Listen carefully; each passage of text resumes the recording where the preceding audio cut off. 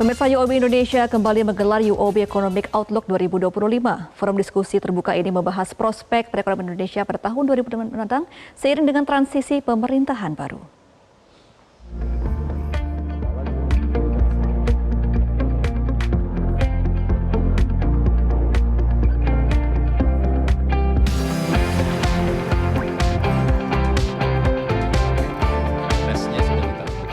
Untuk mendalami dan mendorong pertumbuhan ekonomi Indonesia, UOB mengambil tema Ushering a New Dawn for Remarkable Indonesia. Acara ini menghadirkan pihak pemerintah, swasta, ahli ekonomi, hingga masyarakat untuk membicarakan tentang persiapan perekonomian ke depan. Presiden Direktur UOB Indonesia Hendra Gunawan mengatakan bahwa banyak sekali tantangan yang dihadapi Indonesia, mulai dari perekonomian global yang dinamis, pergantian pemerintahan ke depan, hingga ajang pemilihan kepala daerah. Ia mengatakan forum ini membantu bisnis menavigasi tantangan global dan mendukung pertumbuhan ekonomi yang tangguh. Pertumbuhan ekspor, terutama dalam sektor sumber daya alam, produk pertanian, dan manufaktur, menunjukkan tren positif. Kami berkomitmen mendorong investasi asing dan mendukung sektor-sektor utama seperti infrastruktur, manufaktur, hingga teknologi hijau. Namun,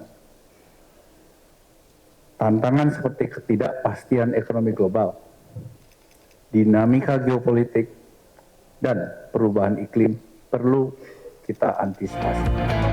Wholesale Banking Director UOB Indonesia Harapman Kasar menambahkan, UOB sebagai One Bank for Asia berkomitmen dalam membawa foreign direct investor ke Indonesia dan juga peningkatan volume ekspor.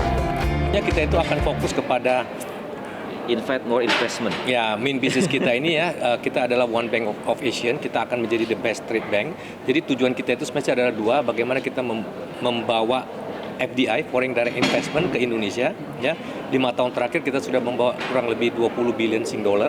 Ya, hopefully 5 tahun ke depan itu akan terus bertambah sesuai dengan target daripada pemerintah. Dan juga bagaimana kita meningkatkan volume ekspor nih. Ya, yang kita punya aspirasi sebenarnya adalah mencapai 5%.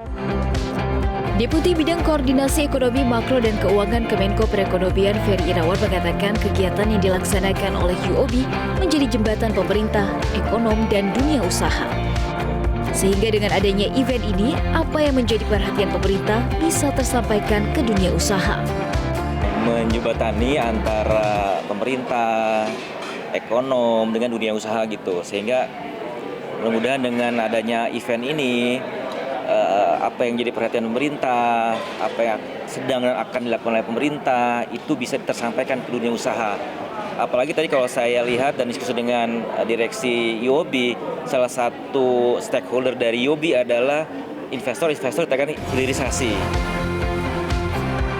Hal serupa juga disampaikan oleh Dewan Penasehat Presiden Burhanuddin Abdullah, bahwa pemerintah telah menyiapkan berbagai rancangan ke depan, namun peran semua pihak sangat dibutuhkan.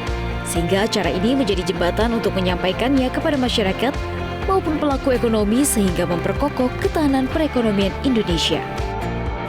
Harap begini, dan kebetulan harapan saya ini, kalau sekarang saya kira ada tailwind ya dari penurunan Fed Fund Rate ya. Fed Fund Rate turun, saya berharap BI juga akan berpikir dan mencoba mempertimbangkan penurunan, kemudian moneter menjadi agak easing gitu, dan kemudian investasi kredit akan meningkat. Dan kalau itu yang terjadi, saya kira di awal pemerintahan Prabowo sudah ada pertumbuhan yang cukup baik. Dan UOB saya kira sebagai bank yang bergerak untuk corporate akan sangat besar digerakannya nanti. Harus lebih cepat dari GDP growth. Kalau kredit growth 10%, PDB growth-nya secara real mungkin 5 ya, tapi secara nominal itu dia mungkin 10. Berarti kredit growth harus 20%. Baru kredit to GDP itu naik terus. Itu yang kita harapkan. Dari Jakarta, Ardila Agustin Lawrence, Metro TV.